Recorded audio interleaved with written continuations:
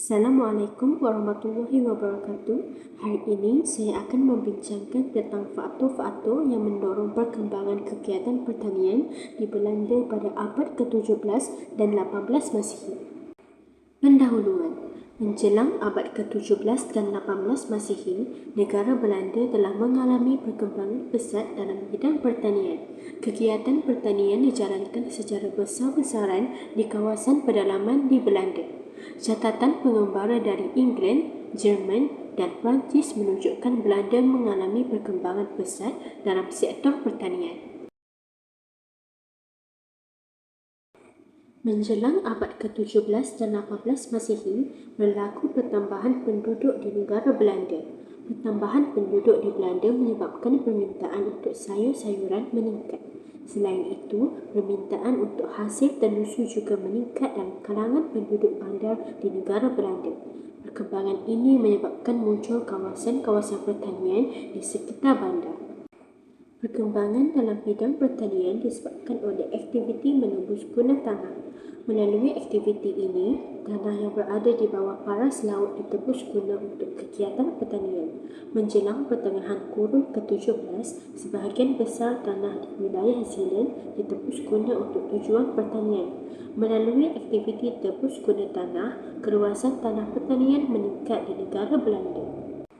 Sistem penggiliran tanaman dijalankan secara meluas di Belanda pada abad ke-17.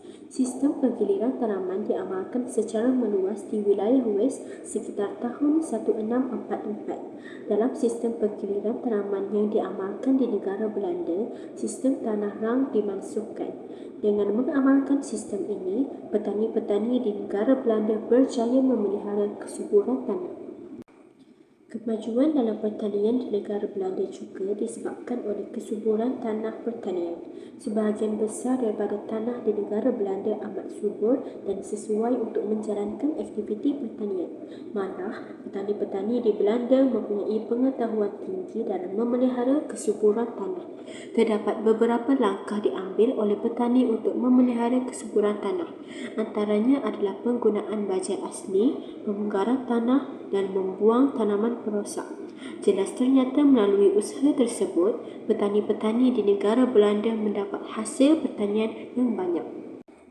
Perkembangan dalam pertanian disebabkan oleh kemajuan dalam teknologi pertanian.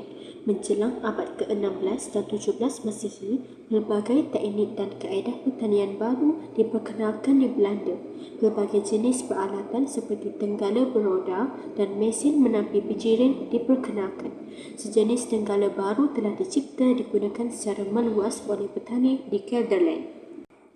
Penanaman dalam deretan telah dipraktikkan di negara Belanda sejak abad ke-14 Masihi. Sistem ini digunakan dalam penanaman tanaman seperti jagung, madder, hop, biji kol dan tembakau.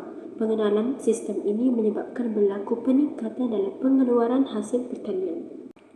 Akhir sekali, sistem penanaman dengan menggunakan batas juga diperkenalkan oleh petani-petani di negara Belanda. Sistem batas mewujudkan saliran yang baik bagi memastikan tanaman tumbuh dengan subur.